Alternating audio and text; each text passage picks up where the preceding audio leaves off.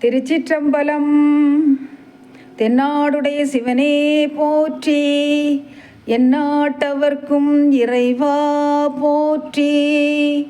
காவாய் கனகத்திரளே போற்றி, கைலை மலையானே போற்றி போற்றி. உலகெல்லாம் உணர்ந்து ஓதற்கு அரியவன், நிலவுலாவிய நீர்மலிவேணியன், அலகில் சோதியன் அம்பலத்தாடுவான், மலர் சிலம்படி வாழ்த்தி வணங்குவான். திருச்சிற்றம்பலம். இன்று மார்கழி 9வது திருப்பாடல், திருப்பள்ளி எழுச்சி. அதனை நாம் சிந்திக்க இருக்கிறோம். பாடல் என்ன என்று நாம் காணலாம். விண்ணக தேவரும் நன்னவும் மாட்டா, விழுப்பொருளே உன தொழுப்படியோங்கள், மண்ணகத்தே வந்து வாழச் செய்தானே, வண் திருப்பெருந்துறையாய் வழியடியோம்,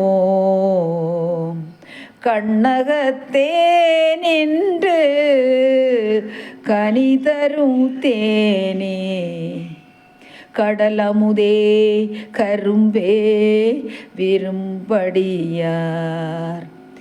எண்ணகத்தாய் உலகுக்கு உயிரானார்,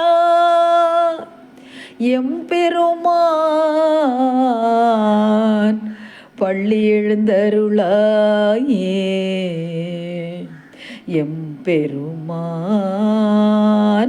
பள்ளி எழுந்தருளாயே.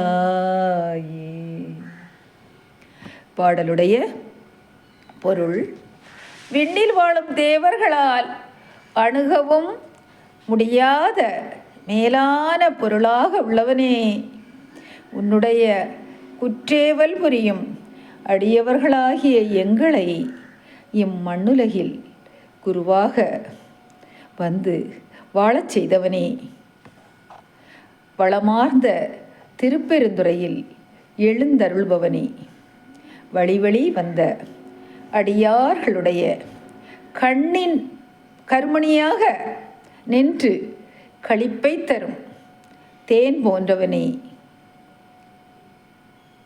பார்க்கடலில் பிறந்த அமுதமே, கரும்பின் சாறை, அன்பு செய்கின்ற அடியார்களின் எண்ணத்துள் இலங்குபவனே, உன்னை உலகம் அனைத்திற்கும் உயிரான பெருமானே பள்ளி எழுந்தருள்வாயாக என்று கூறுகிறார். இறைவனுடைய எல்லையற்ற புகழ்களில் சிலவற்றை மாத்திரம் விழித்து பள்ளி அருள்வாயாக, பள்ளி எழுந்து அருள்வாயாக பெருமானே என்கிறார். இப்போ இதில் விழுப்பொருள்னா என்னது? மேலான பொருள்.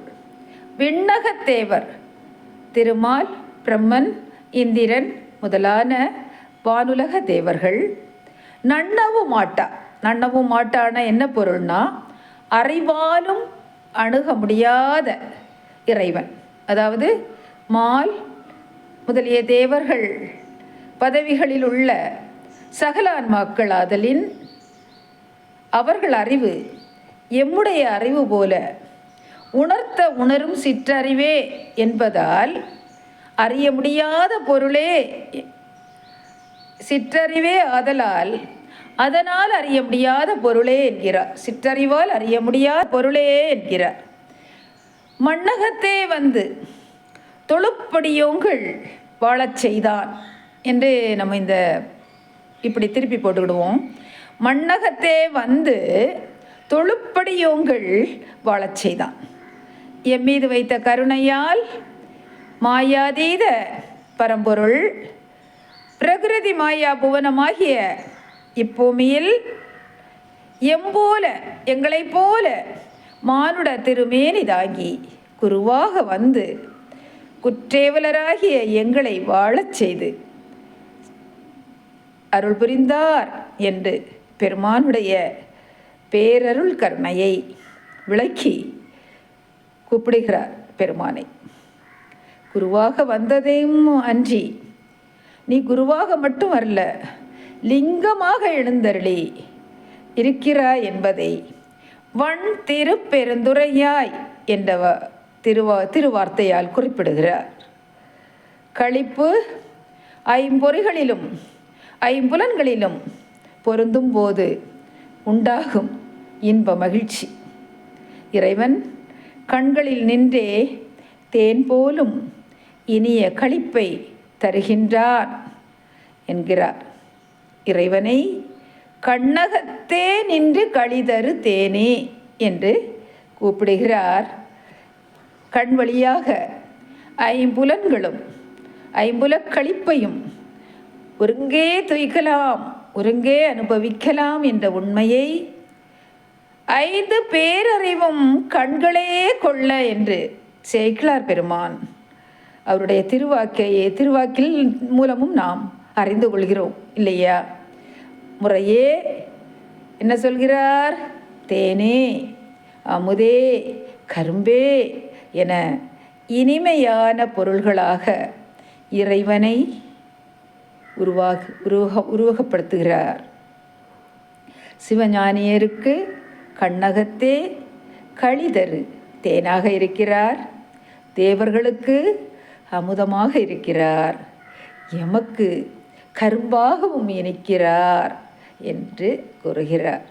இதில் கண்ணுன்னு சொன்னால் அறிவு என்று அர்த்தம், எண் என்று சொன்னால் எண்ணம், உலகு என்று சொன்னால் உடல், உடலின் இயக்கம் முதலான புடைப்பெயர்ச்சி இறைவனாலே உளதாகின்றது என்பதால் உலகிற்கு உயிரானாய் என்கிறார். இவ்வண்ணம் அனுபவித்து இன்றியமையாத பொருளாக காட்சி வழங்கும் தேவரீர் யாம் திரோதானத்திலிருந்து நீங்கி தூய்மையுற பள்ளி எழுந்து அருள் செய்வீராக, பள்ளி எழுந்தருள வேண்டும் என்று வேண்டுகிறோம் என்பதால் திரோதான சுத்தியாதல் நாம் காணலாம் என்ற அளவில் இந்த திருப்பாடலை நாம் நிறைவு செய்வோம். திருச்சிற்றம்பலம்.